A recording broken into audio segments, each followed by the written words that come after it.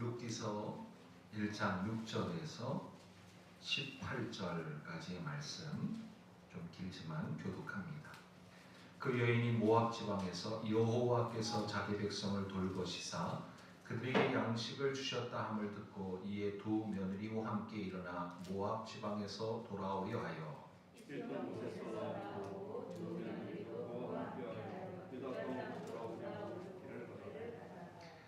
나오미가 두 며느리에게 이르되 너희는 각기 너희 어머니의 집으로 돌아가라. 너희가 죽은 자들과 나를 선대한 것 같이 여호와께서 너희를 선대하기를 하시기를 원하며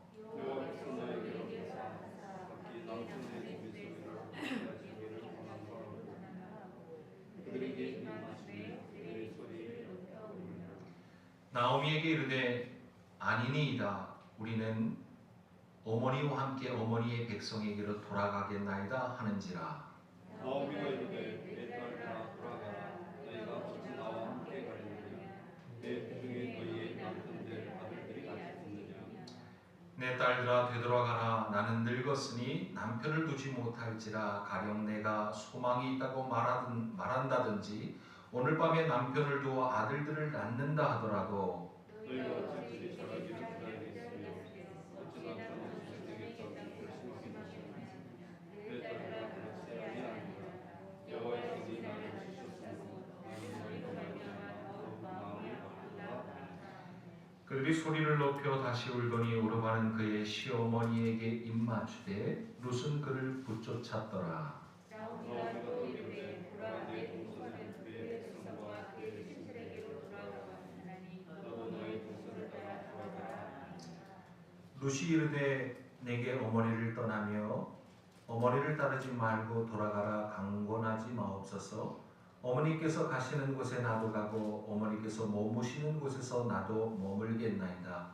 어머니의 백성이 나의 백성이 되고 어머니의 하나님이 나의 하나님이 되시리니 어머니께서 죽으신 곳에서 나도 죽어 거기 묻힐 것이라. 만일 내가 죽은 일 외에 어머니를 떠나면 여호와께서 내게 벌을 내리시고 또 내리시기를 원하나이다 하니라. 함께합니다. 나오미가 룻이 자기와 함께 가기로 굳게 결심함을 보고 그에게 말하기를 그치니라. 아멘. 할렐루야. 은혜 충만하시길 바랍니다. 성령 충만하시기를 주님의 이름으로 축복합니다. 지난 한 주간 어떻게들 평안하셨는지요?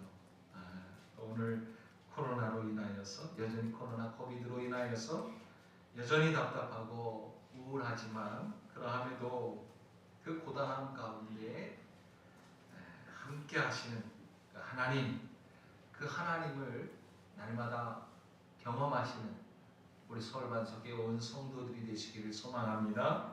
아멘. 어려움 가운데에서도 하나님을 만날 수 있다. 너무 중요한 것이에요. 포스트 코로나 시대를 살아가는 우리에게 있어서, 우리 서울반석교회에게 있어서 이제 하나님께서 룻기서를 통해서 알도록 보여주시는 그런 하나님의 뜻은 과연 무엇인가? 이 만남을 통하여서 날마다 하나님이 어떠하신 하나님이신가? 우리에게 있어서 하나님은 과연 어떠하신 하나님이신가를 날마다 발견하시는, 경험하시는, 체험하시는 저와 여러분이 되기를 주님의 이름으로 축복합니다. 사실 저도 궁금해요.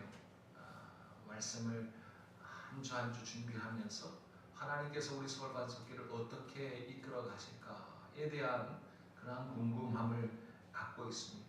지난 시간에도 말씀드렸지만 제가 이 말씀을 준비하면서 저에게 있어서는 매우 우연한 그러한 결정이었지만 그러나 하나님께 있어서는 우리 서울반석교회를 향한 뜻이 계시고 섭리가 계시고 계획이 있으시기 때문에 우리 서울반석교회를 이 룻기서를 통하여서 이끌어 가신다라는 사실을 우리가 깨달아 알아야 될 줄로 압니다.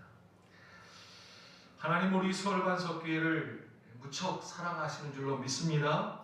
아멘. 그래서 룻기서를 통해서 하나님의 꿈된 우리 서울반석교회를 향한 하나님의 꿈을 위하여 쓰임받고자 하는 우리 서울반석교회에 과연 하나님의 뜻은 어디에 계신지, 하나님의 뜻은 무엇인지를 우리에게 알려주시고자 하시는데, 그 꿈이 과연 무엇인가, 어떻게 쓰시고자 하시는가에 대한 궁금함이 이 말씀을 준비하면서 제게 날마다 넘쳐난다는 거예요. 다시 말하면 서울반석교회 온 성도들, 오늘 이 자리에 있는 저와 여러분 모두, 또 온라인을 통하여서 함께 예배드리는 모든 분들을 향한 하나님의 뜻이 과연 무엇인가. 그래서 지난 주간에 우리가 그 뜻 가운데 하나를 살펴보았죠. 하나님이 어떠한 하나님이시라고요? 한번 따라해 보겠습니다. 하나님, 우리 하나님, 파카드의 하나님이십니다. 파카드의 하나님.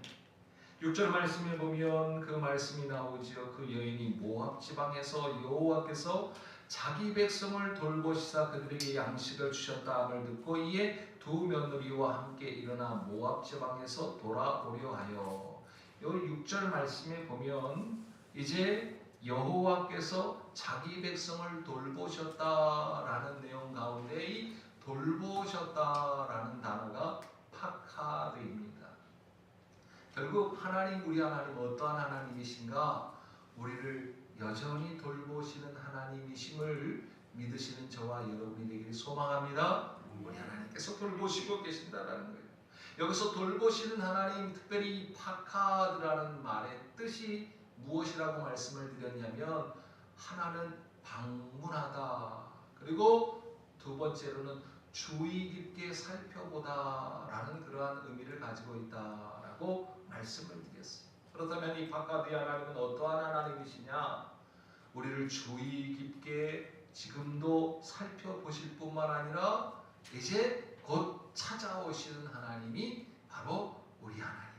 그래서 어떠한 가운데에서도, 어떠한 상황 가운데에서도, 힘들고 낙심되고 좌절되고 절망된 그러한 시간 가운데에도 여전히 우리 하나님은 돌보시고 계신다. 누구를? 하나님의 자녀된, 하나님의 꿈된, 하나님의 백성된 모든 교회들을 지금도 돌보시고 계신다라는 것을 믿음으로 받아야 되는 줄로 믿습니다. 하나님께서는 하나님의 소유가 된 백성, 그 백성들이 가장 절망적인 순간, 가장 암울한 그러한 순간에 처해 있을 때에도 어떠하신 하나님이시냐면 잊지 않으시고 찾아오시는 하나님이심을 우리가 오늘 이 룻기서를 통하여 다시 한번 확인하고 확신하는 저와 여러분이 다 되기를 주님의 이름으로 축복합니다. 가장 절망적인 순간, 가장 암울한 순간, 여러분들 가운데 다 저마다 가장 암울한 그러한 시간들, 가장 절망적인 그러한 순간들이 있었을 거예요. 그리고 있으실 거예요. 그러나 그때에도 하나님은 어떠한 하나님이시냐? 그 순간에도 잊지 아니하시고 그 순간에도 우리를 찾아오시는 하나님이시다라는 것을 믿음으로 받으시기를 소망합니다. 그래서 나중에 다시 한번 또 설명하겠지만, 룻기서야말로 룻기서를 통하여서 하나님께서 우리 서울반석교회에게 무엇을 가르쳐 주시냐면 믿음과 소망과 사랑을 가르쳐 주시죠. 그래서 여러분들 오늘 본문은 룻기 1장 6절에서 18절이지만 여러분들 집에 돌아가셔서 룻기서를 반복적으로 한번 읽어보십시오. 그 말씀을 통해 보면 룻기서에는 믿음과 소망과 사랑이 아주 풍성하게 넘쳐나는 말씀이 이 룻기서 말씀이에요. 아, 이것이 믿음의 이야기구나.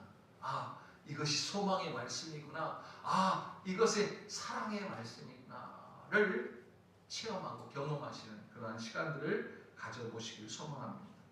그런데 그 가장 절망적인 순간, 가장 암울한 순간, 그때 파카드의 하나님께서 찾아오셔서 돌보아 주신다라는 거예요. 사실 그 절망적인 순간, 그리고 암울한 순간에도 우리는 깨닫지 못하죠. 우리는 인지하지 못합니다. 우리는 느끼지 못합니다. 그러함에도 불구하고 여전히 하나님께서는 우리와 함께 계셨고, 우리 곁에 계셨고, 우리를 주시하고 계셨고 우리를 지켜보고 계셨고 우리를 살펴보고 계셨다라는 사실입니다. 이제 아이들이 이제 태어나서 자라면 조금 이제 걷고 말을 하기 시작하면 이 아이를 훈련하기 위해서 뭐를 시킵니까? 심부름을 시켜요. 아빠가 돈 얼마를 줄 테니까 가서 저기 가서 뭘 하나 사와 하고 돈을 쥐어줍니다.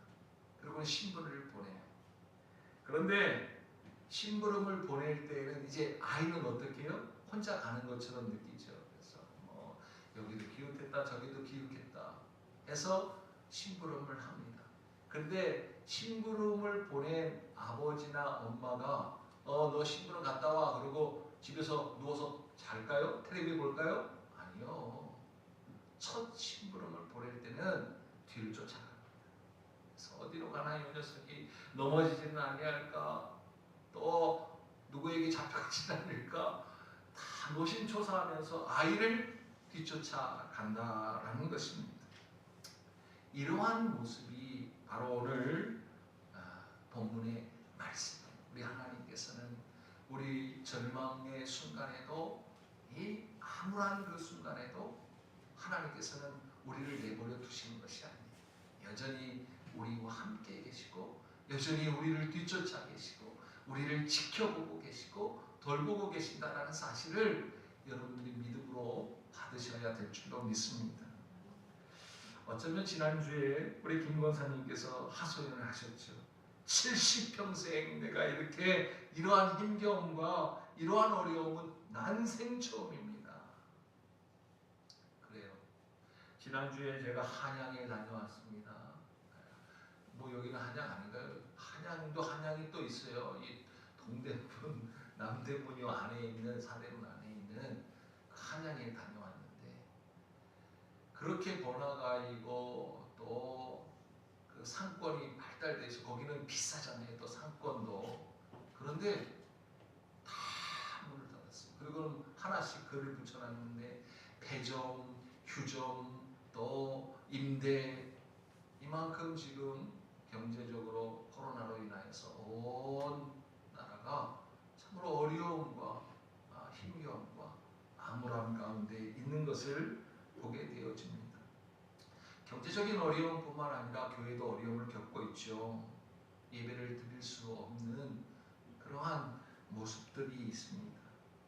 그런데 여러분들 이러한 경제적인 어려움, 또 힘겨움, 고난, 아픔들, 또 예배를 드릴 수 없는 그 순간에도 70평생 처음인 이 힘겨움과 어려움 가운데에서도 우리가 놓쳐서는 안 되는 것이 있어요. 반드시 붙잡아야 하는 것. 특별히 포스트 코로나 시대를 살아가야 하는 우리 하나님의 백성들이 붙잡아야 하는 것. 다시 한번 우리 이것을 꼭 기억하자라는 그러한 마음으로 한번 외쳐봅니다. 우리 하나님, 파카디 하나님이십니다. 아멘. 여전히 우리를 돌보시는 하나님이신 줄로 믿으시는 저와 여러분이 되길 소망합니다. 하나님은 하나님의 꿈을 위해 쓰임받는 교회 서울 반석교회 주님께서 쓰시겠다 하시면 반드시 쓰임받게 되는 줄로 믿어야 될 줄로 믿습니다. 그래서 하나님께서는 그 쓰시기 위해서 그 모든 교회들을 쓰고자 하시는 교회들을 주의 깊게 지금도 여전히 살펴보시고 계시는데 그러함에도 불구하고 우리가 암울할 수도 있고 힘겨울 수도 있고 어려울 수도 있는 것은 무엇입니까? 우리를 지금 이러한 것들로 인하여 훈련하고 계시고 단련하고 계신다라는 사실을 놓치지 말기를 소망합니다.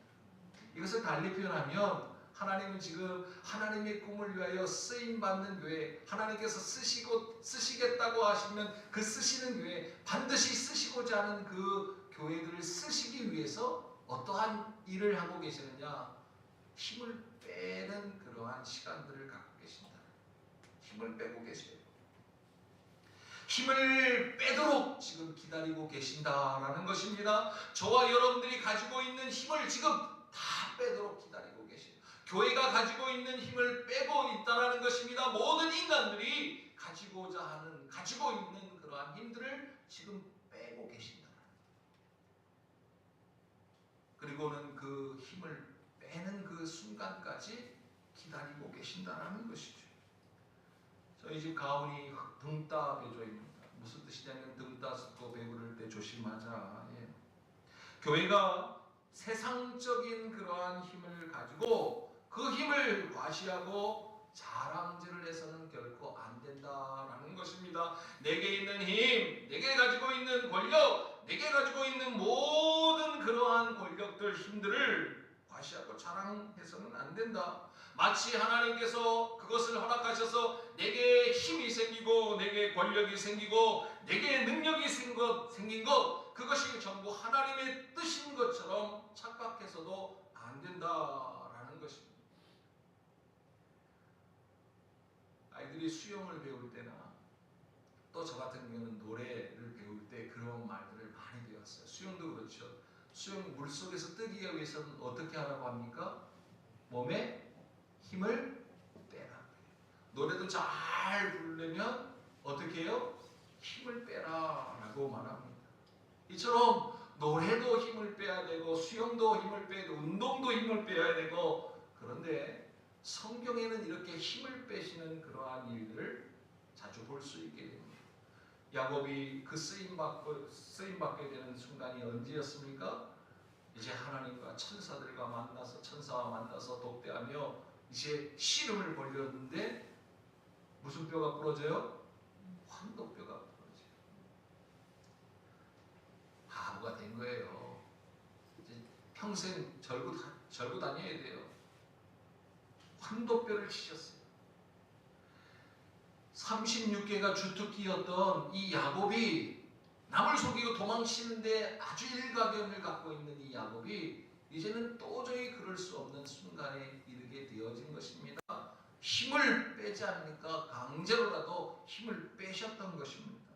모세도 마찬가지입니다. 모세를 언제 사용하십니까? 왕궁의 왕자로 있을 때 사용하지 않으셨습니다. 이제 70이 되어 넘어 노인이 되었을 때, 그때 비로소 하나님께서 사용하셨다라는 거예요. 요셉도 마찬가지입니다. 요셉도 옥에 갇히고 모함을 당하고 그러한 모든 힘을 다 뺐고 그 다음에 사용하십니다. 다윗도 마찬가지입니다. 광야에서 장인으로부터 도망을 치고 또 심지어 이 아들놈한테도 또 도망다니고 힘을 다 빼앗기고 쓰임을 받는 것을 말씀을 통하여 우리가 확인하게 되어집니다.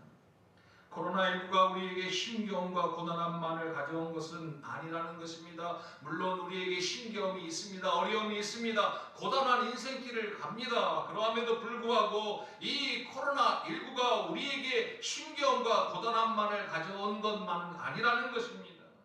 그 가운데에서도 하나님은 하나님의 꿈된 교회를 어떻게 쓰시고자 하시는 그러한 계획들을 이 코로나 바이러스를 통해서도 우리에게 일깨워 주고 계신다는 거예요.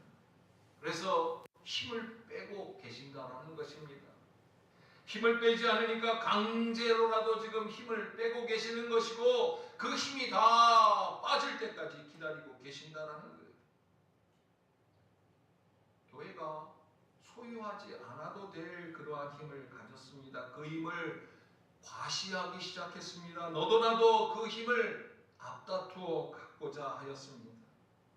그 힘을 갖자마자 하나님을 경외하는 자리에서 벗어났습니다. 교회는 교회가 가지고 있는 힘과 권력을 자랑하기 시작했습니다. 과시하기 시작했습니다. 그러한 것들로 세상에 승리를 얻을 수 있다, 성공하고 출세할 수 있다 라고 자부했고 가르쳤습니다. 이제는 코로나 바이러스를 통하여 그것이 온전하지 못함을 일깨워 주실 뿐만 아니라 지금 힘을 빼고 계신다라는 거예요. 그렇다면 왜 하나님께서 힘을 빼시는가? 하나님의 꿈된 교회, 이 교회가 나아가야 할 그러한 본 모습이 어디에 있는가를 알려주시고자, 그리고 지금까지 추구했던 그러한 교회의 잘못된 그러한 모습, 원래 본 모습이 아닌 것들을 알게 하기 위해서 하나님께서 지금 우리에게 힘을 빼고 계신다는 것이죠. 우리는 힘이 생기면 모든 것이 다 좋아질 것으로 착각합니다. 그러나 무엇보다도 우리가 힘이 생기면 어떠한 일들이 생기는가? 아이들도 마찬가지예요. 이제 용돈 타고 그러던 아이들이 직장에 취직하고 그러면 힘이 생깁니다. 이제 돈이 좀 생긴 거죠. 이처럼 힘이 생기면 우리 인간들도 하나님을 찾지 않는다. 아버지를 찾지 않는다는 거예요. 엄마를 찾지 않는다는 것입니다. 자신이 가지고 있는 힘으로 해보자 한다는 것입니다. 달리 말하면 기도하지 않는다는 것입니다. 찬양하지 않는다는 것입니다. 감사하지 않는다는 것입니다. 예배의 자리에 나오지 않는다는 거예요. 충분히 내가 기도하지 않아도, 내가 말씀 보지 않아도 얼마든지 내 방법과 내 생각과 내 형편으로, 내 힘으로, 능력으로 충분히 이 세상을 정복하며 살아갈 수 있을 것이라는 착각을 가지게 된다는 것이죠. 이것을 성경은 달리 말하면 교만이라고 합니다. 한국 교회가 지금 교만에 빠졌을 때, 지금 코로나19를 통하여서 그 이전에 수차례 하나님께서는 우리에게 경고하시고 또 말씀하고 계셨습니다. 그럼에도 불구하고 여전히 힘을 빼지 않냐고 더 힘을 가지고자 하였을 때 강제적인 안식을 통하여 힘을 빼고 계신다라는 거예요. 그럼에도 불구하고 감사한 것은 파카드의 하나님께서 그 힘이 빠지고 다시 하나님을 찾게 되는 귀한 은혜를 주신다라는 것이 이 룻기의 말씀이라는 것이죠. 이 룻기의 시대적 배경이 어디라고 말씀을 드렸습니까? 사사시대라고 말씀을 드렸어요. 이 사사시대라면 특징이 있습니다. 그 사이클이 있는데, 순환적인 그런 사이클이 있는데, 하나님을 찾다가 교만해지고 또 하나님을 찾지 않는 죄 가운데 있을 때 하나님께서 징계하시고, 그리고 또 그 징계를 통하여 다시 하나님을 간절히 찾으면 하나님께서 회복시켜 주시는 것이 이 사사시대 내내 돌아가는 어떠한 삶의 모습이요, 신앙의 패턴이었습니다. 사실 이 사사시대의 모습은 오늘날 우리의 모습은 아닌가 싶습니다. 우리도 좀 살만하면 하나님 계십시오, 저기 계십시오, 내가 알아서 할 테니까. 그래서 또 한 대 두들겨 맞으면 아이고 하나님 잘못했습니다, 다시는 그러지 않겠습니까? 천만 번 백만 번 잘못했습니다. 그랬다가 또 하나님 용서해 주시면 금방 언제 그랬느냐 하고 또 헬레 해가지고 지임에 살아가는 인생들이 오늘 사사시대의 모습만이 아니라 오늘 우리의 모습은 아닌가 싶습니다. 오늘 그러한 가운데 나오미의 모습을 한번 보고자 한다라는 것입니다. 이 천청병력과 같은 그러한 상황들을 연거푸 경험하지요. 이제 젊은 나이에 남편을 잃는다라는 것만큼 큰 충격은 없습니다. 큰 충격은 없어요. 그런데 이 남편이 죽고 나서 이 나오미는 곧이어 또 누가 살만하니까 누가 죽습니까? 아들 하나를 잃은 것도 아니고 둘을 한꺼번에 잃어버려요. 사실 이 나오미에게 있어서는 이 삶의 전부였을 수 있습니다. 그가 의지하는 전부였다는 것입니다. 이 베들레헴에서 나오미가 이 모압으로 이주할 때에도 자기의 의지를 가지고 이주한 것이 아니었어요. 남편이 엘리멜렉이 가자 하니까 갈 수밖에 없는, 자기의 의지와는 전혀 상관없는 그러한 삶을 살았죠. 그만큼 누가 인생의 전부였느냐? 남편 엘리멜렉이 인생의 전부였어요. 근데 그 남편을 잃었습니다. 그가 살아갈 수 있었던 그러한 이유였는데 이 모든 것들을 상실하게 되었다라는 것입니다. 그래도 좀 아들이 있으니까 괜찮겠지 했는데 얼마 지나지 않아서 이 아들을 한꺼번에 다 잃어버리죠. 모두 잃어버렸습니다. 모든 것들을 잃어버린 그 순간에 누가 역사하시느냐? 파카디의 하나님께서 역사하셨다라는 것을 오늘 말씀을 통하여 우리에게 알려주고 계십니다. 6절 말씀 보면 그러한 내용들이 나오는데 이 6절 말씀을 쉬운 성경에는 어떻게 시작하고 있느냐? 이렇게 시작합니다. 그러던 어느 날이라고 시작해요. 그러던 어느 날. 여기서 그러던 어느 날은 무슨 날이냐? 무엇을 의미하느냐? 파카디 하나님을 만난 날이라고 할 수도 있습니다. 파카디 하나님을 만난 날. 잘 살아보겠다고 이제 한번 힘있게 살아보겠다고 능력있게 살아오겠다고 지금 힘겹고 어렵다고 해서 베들레헴을 떠나왔는데 그 기근이 들었던 베들레헴 유다 땅에 다시 어떠한 소식이 들립니까? 풍년이 들었다라는 소식이 이 나오미 귀에 들려온 거예요. 그런데 이 베들레헴 유다 땅에 어떻게 해서 풍년이 들었느냐라고 성경은 기록하고 있지 않습니다. 그 베들레헴에 남아있던 사람들이 열심히 농사를 지어서라고 기록하고 있지 않다라는 거예요. 최선을 다해서 인간들이 지금 다시 흉년이었던 기근이었던 그것을 풍년으로 바꿔놓았다라고 기록하고 있지 않다라는 거예요. 그런데 여기서 단서를 찾는 것이 바로 파카디의 하나님이다라는 것입니다. 누가 돌아봤다라는 것입니까? 다시 한번 봅니다. 그 여인이 모압 지방에서 여호와께서 누구를? 자기 백성을 돌보셨다라고 말씀하고 계신 거예요. 지금 파카디 하나님께서 이 어떠한 땅에 기근이 들었던 흉년이 들었던 그것을 돌아보사 이제 거기에 다시금 회복의 역사, 풍년의 역사를 허락하셨다. 그때 있었던 말씀이라는 것입니다. 달리 말하면 힘을 모두 빼앗아 버린 그날, 빼앗긴 날, 그 모든 힘을 지금 빼낸 그 날을 말하고 있다라는 것입니다.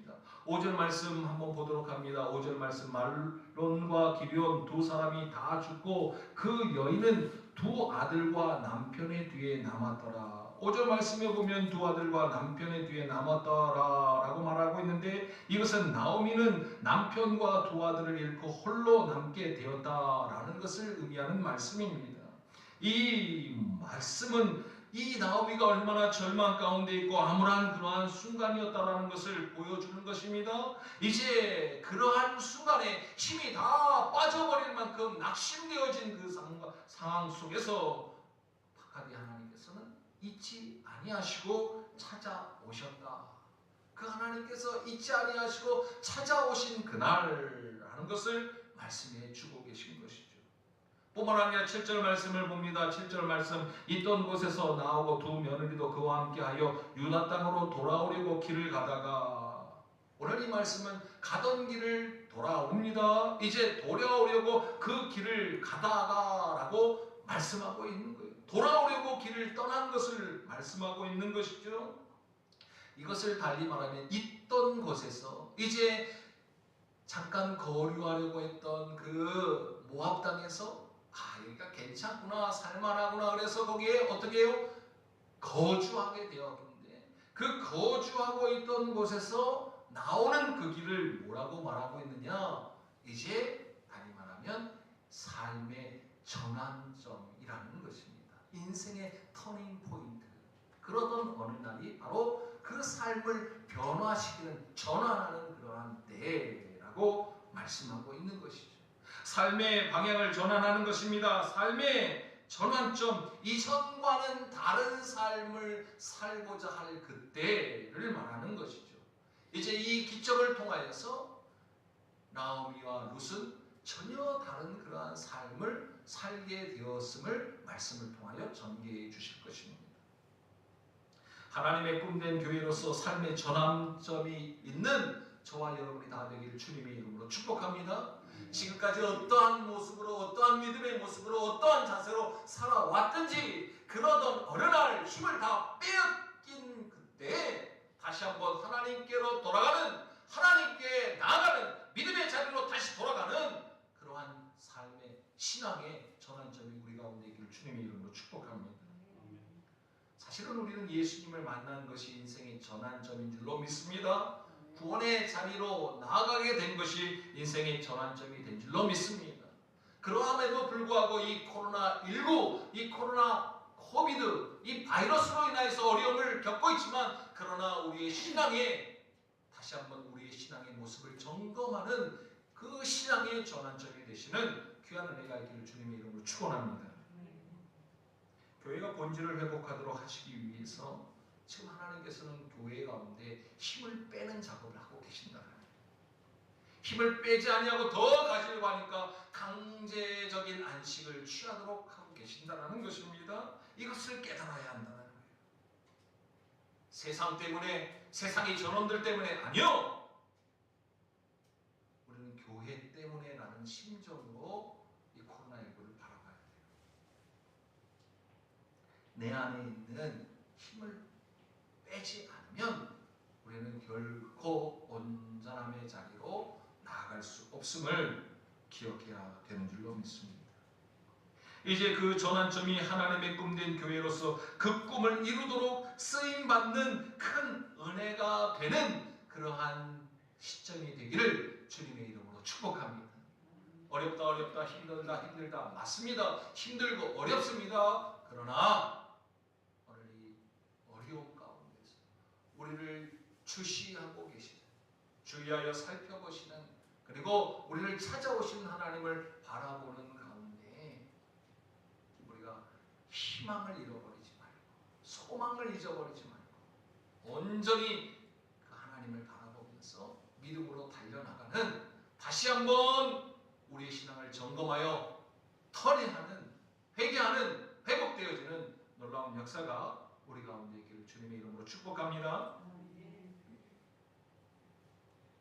그동안은 우리가 건성건성, 대충대충, 있어도 그만 없어도 그만 형식적인 그러한 신앙의 모습은 아니었는가 점검해보자는 거예요. 누구부터? 저부터, 이상원 너부터. 정말 간절함이 있었는가?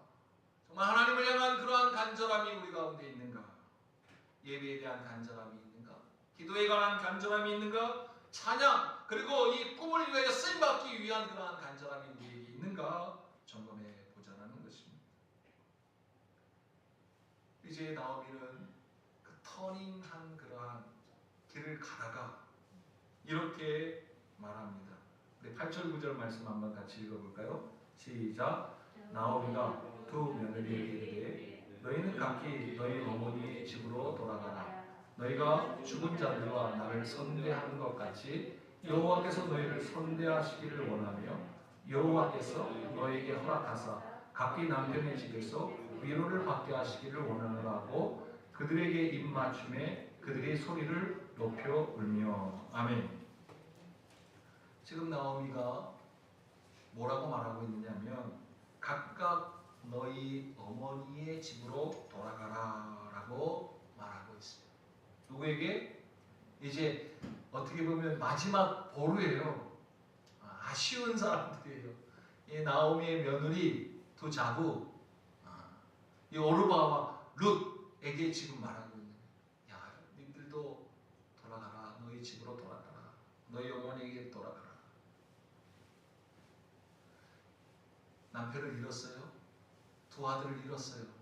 이제 겨우겨우 남은 건 누구예요? 며느리 둘이에요. 그런 최악의 상실을 맞을 수 있는 그 순간임에도 불구하고 이 두 자부에게, 며느리에게 너희는 너희 어머니에게 돌아가라. 너희 집으로 돌아가라. 분명히 이것이 최악의 그러한 상실임을 알고 있음에도 불구하고 왜 이렇게 말하고 있는가? 그것은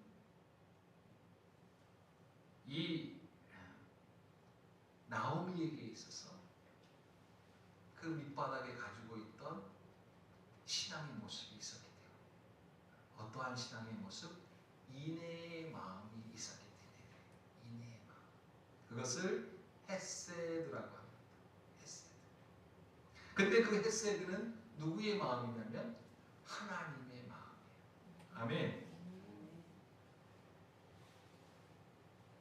이제 그 안에 며느리들을 향한 그러한 인애가 있었기 때문에 자부들에게 야, 나 따라가면 고생이야. 나 따라가면 힘들어. 그러니까 너희 부모들에게 돌아가. 그것을 잘 먹고 잘 살아. 그러면서 이렇게 말하죠. 8절 말씀을 제가 다시 한번 읽어봅니다. 나오미가 두 며느리에게 이르되 너희는 각기 너희 어머니의 집으로 돌아가라. 너희가 죽은 자들과 나를 선대한 것 같이. 누구를 선대한 것입니까? 이제 나오미의 남편인 엘리멜렉을 시아버지를 선대했죠. 그리고 또 누구를 선대했습니까? 자기들 각자 남편을 선대했죠. 그리고 시어머니인 이 나오미를 선대했다. 여기서 선대했다라는 단어는 아시템이라는 단어를 썼어요. 그런데 뒤에 보면 또 선대라는 말이 있죠. 그것은 조금 다른 우리 성경의 한글 성경에는 똑같은 단어로 선대라고 썼지만 두 선대는 다른 선대입니다. 하나는 인간적인 효를 다 정말 최선을 다하여서 섬김을 표현하는 떼쓴 선대 아시템이라는 단어를 사용했는데 이 뒤에 나와 있는 이제 나오미가 그의 자녀들 그 자부된 그 자부들에게 하나님께서 그들을 선대해 주시길 원하신다라고 하는 이 축복은 헤세드라는 단어를 사용하고 있다는 것입니다. 이 헤세드라는 것은 성경에 인자, 은혜, 은총, 인애, 자비, 긍휼이라는 그러한 용어로 번역되어져 있습니다. 이것을 통하여서 우리가 알 수 있는 것은 그래도 나오미는 신앙의 사람이었어요. 또 신앙의 사람이었어요. 어쩔 수 없이 남편을 쫓아와 이 소위 말하는 견고생을 했지만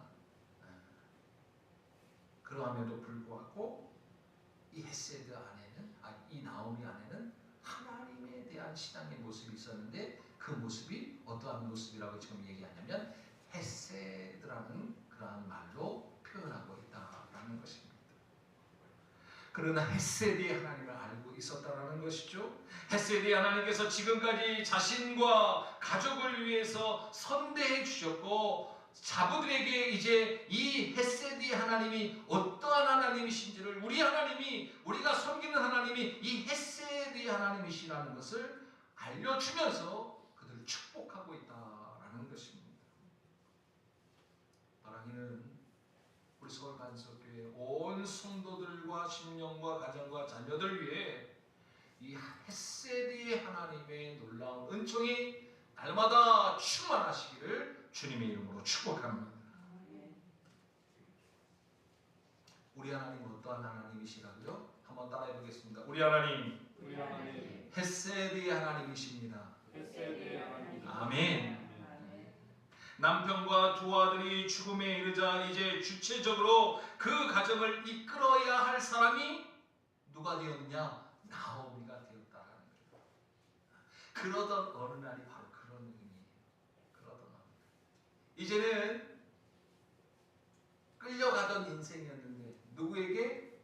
남편과 아들들에게 끌려가던 인생이었는데 이 남편과 아들 의지하였던 그들이 다 죽게 되자 그러던 어느 날 이제는 어떻게 해야 되느냐? 이 나오미가 주체적으로 살아가야 할 그러한 인생의 터닝점이 전환점이 되어졌다라는 것이죠. 이 말씀을 준비하면서 아브라함이 생각났어요. 아브라함이 왜 생각나냐면 아브라함이 어디를 떠나게 됩니까? 갈대아 우르를 떠나게 되죠. 친척 아비 본토를 떠나서 갈 바를 모르고 지금 떠나가는 그런 장면이 창세기 말씀에 있죠. 그런데 이 갈대아 우르를 떠나서 막 이제 가나안 땅으로 가는데 갈 바를 모르고 떠나가는데 이것은 죽음을 각오한 것이에요. 그런데 말씀을 우리가 잘 보면 그 움직임의 주체가 아브라함이 아니라 누구였냐면 그의 아버지 데라였습니다. 데라가 가자는 대로 갈 수밖에 없었습니다. 그때 어디에 머무르게 되냐면 하란이라는 곳에 머무르게 됩니다. 이 하란이라는 것은 이제 그 지역에서 마지막 최후의 어떠한 그 보르와도 같은 그러한 장소였어요. 여기를 떠나가면 정말 죽게 되는 그러한 것이. 달리 말하면 그래도 이것만큼은 포기할 수 없는 그러한 장소가 하란이었죠. 그래서 그곳에 머무릅니다. 그 아브라함의 가족들이 거기 다 머물러요. 근데 그때 누가 죽음을 당하느냐, 죽음에 이르게 되느냐, 이 아브라함의 아버지 데라가 죽음에 이르게 됩니다. 그래서 데라가 죽게 되고 이제 그 하란에서 다시 갈 바를 몰라 움직이는 그러한 말씀이 창세기 말씀에 나오죠. 생명과도 같은 마지막까지 버릴 수 없었던 그 하란을 이제 데라가 죽임을 당하고 죽음에 이르고 이제 주체적으로 누가 드디어 아브라함이 주체적으로 움직이는 그러한 장면이 나오는데 이것이 오늘 루키와 동일하게 제게 느껴졌다라는 것이죠. 이처럼 이제 나오미가 그러던 어느 날 주체적으로 그 인생의 전환점이 맞게 되고 또 신앙의 전환점을 맞게 되었을 때 어떻게 두 며느리와 따로 아니요 두 며느리와 함께 모압 지방에서 유다 땅 베들레헴으로 옮기게 되는 그러한 장면의 말씀인 것입니다. 사실 이 모습을 보면서 우리가 기억해야 될 것은 지금 이 모습이 우리 서울 반석교회 가운데 필요한 말씀임을 꼭 명심하시는 저와 여러분이 되길 소망합니다. 뿐만 아니라 이 모습이 한국교회가 다시 한번 깨달아야 할 모습인 줄로 믿습니다. 나아가서 이 나라 이 민족이 깨달아야 할 그러한 모습인 줄로 믿습니다. 그런데 이 말씀을 쭉 보다 보니까 조금 아쉬운 점이 사실 개인적으로 있었어요. 그 마음에 선대하는 마음, 내가 선대를 받아서 선대하는 그 차원은 다르다고 했죠. 이 나오미가 선대한 것은 헤세드, 하나님께서 가지고 계신 그 헤세드의 인내의 마음이라고 했어요. 그런데 그 선대를 너무 하려다 보니까 어떻게 됐느냐? 인간적인 선대함으로 그쳤다라는 거예요. 현실적으로 보니까 이제 맞지가 않는 거예요. 그래서 선대하는 마음으로 함께하는 자부들에게 현실적인 문제로 인하여서 너희들과 함께할 수 없는 이유에 대하여 조목조목 말씀을 하고 알려주고 있다는 것입니다. 11절에서 13절이 그 내용들이죠. 한번 보겠습니다. 나오미가 이르되 내 딸들아 돌아가라. 너희가 어찌 나와 함께 가려느냐? 내 태중에 너희 남편 될 아들들이 아직 있느냐? 없다. 내 태중에 너희들의 남편 될 그러한 사람이 없다. 다시 한번 또 연거푸 말합니다. 내 딸들아 되돌아가라. 나는 늙었다. 남편이 없다. 가령 내가 소망이 있다고 치자. 오늘 밤에 남편을 만나서 혹시 아들을 둘을 낳는다고 가정하더라도 어떻게 그 아들들이 다 자라서 그 자랄 동안 기다리다가 너희들의 남편이 되도록 하겠느냐? 그러니 돌아가라 하는 그러한 모습을 보이지요. 이것은 선대이기는 하나 너무나도 인간적인 선대임을 알려주고 있는 것이죠. 즉 현실적인 문제를 보면 이 자부들과 함께하는 것이 결코 바람직하지 않는 것처럼 느껴졌다라는 것입니다. 사랑하는 성도 여러분, 우리에게 현실적인 문제가 분명히 있습니다. 여러분들 이 시간들을 지나갈 때, 이 암울한 시간, 이 모든 것들을 지나가고자 할 때 현실적인 그러한 문제가 내게 있어요. 계산해 보니까, 따져 보니까 이해가 가지 않는 것들이 있습니다. 납득이 가지 않는, 어찌 보면 비합리적인 그러한 부분들도 있다라는 거예요. 근데 여러분, 오늘 이 말씀을 통하여 우리가 한번 기억해야 될 것은, 현실적인 그러한 문제만을 바라보는 것은 결코 믿음이 될 수 없다라는 사실입니다. 달리 말하면 믿음이라는 것은 현실적인 문제, 현실적인 상황을 뛰어넘는 것이 믿음인 줄로 믿으시는 저와 여러분이 되기를 소망합니다. 믿음과 이해 사이에서 내가 이해하는 것을 믿는 것과 내가 믿은 것을 이해하는 것은 차이가 있다라는 것이죠. 그런 현실적인 문제에 대해서 조목조목 이 두 자부에게 알려줍니다. 그러자 이 현실적인 문제를 들은 두 자부 가운데 한 자부인 오르바는 어떻게 했다고요? 이 나오미에게 입을 맞추고, 아, 현실적인 문제, 이거 정말 보니까 현실적이구나. 그리고는 입 맞추고 떠나갔습니다. 그런데 그럼에도 불구하고 룻은 어떻게 했다라고 기록하고 있습니까? 붙쫓았다라고 말씀하고 있는 거예요. 붙쫓았더라.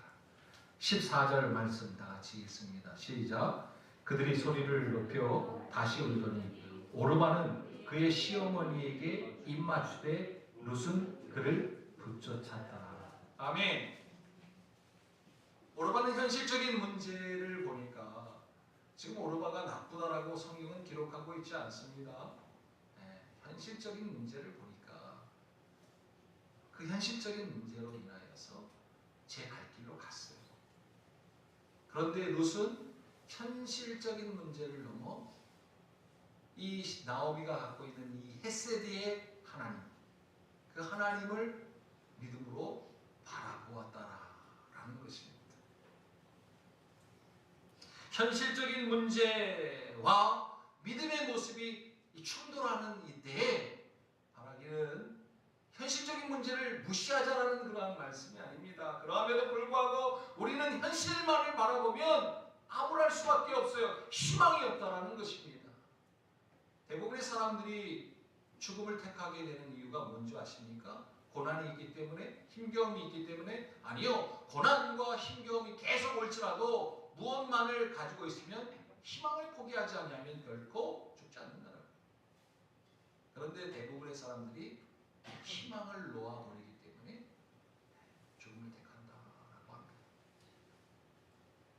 사랑하는 성도 여러분, 믿음은 어찌 보면 소망의 모습이라는 것입니다.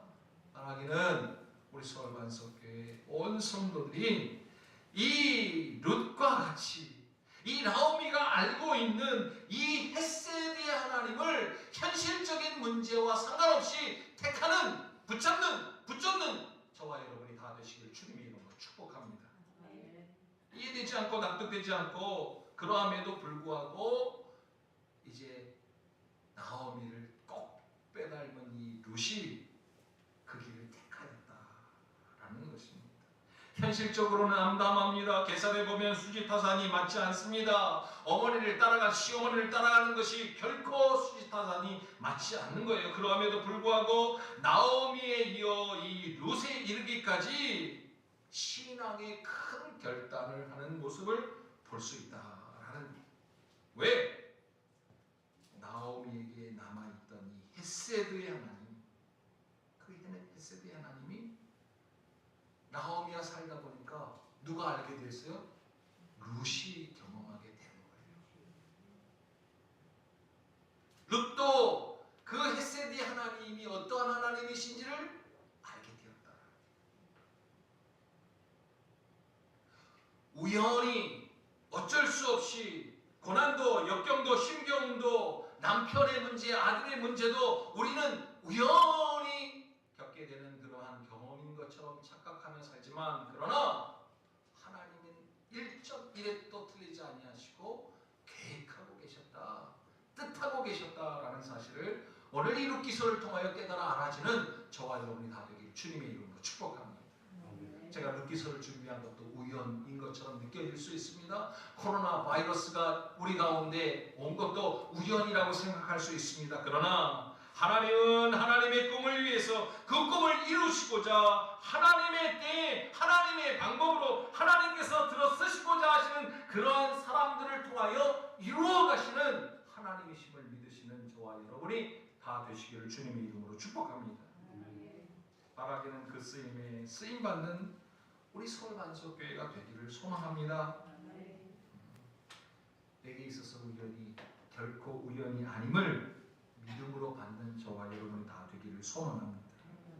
그러던 어느 날 그들이 현실적인 문제를 알고 있음에도 불구하고 그 현실적인 모든 문제들을 과감히 포기하고 누구를 붙잡을 때 헤세드의 하나님, 인애의 하나님을 붙잡을 때 그들의 삶이 온전한 삶으로 변화되었을 뿐만 아니라 우리가 이미 살펴보았던 마태복음 1장에 나와 있는 족보, 예수님의 족보에 누구의 이름이 등장합니까?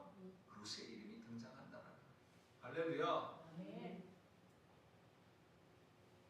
하나님께서는 보잘것없는 정말 이방 여인, 개만도 못한 취급을 받는 그러한 여인이었지만 그러나 헤세드의 하나님을 경험하고 헤세드의 하나님을 붙잡았을 때 하나님께서는 그 자를 들어 하나님의 꿈을 위하여 쓰임받도록 하셨음을 믿음으로 깨달아 아는 저와 여러분이 다 되길 주님의 이름으로 축복합니다.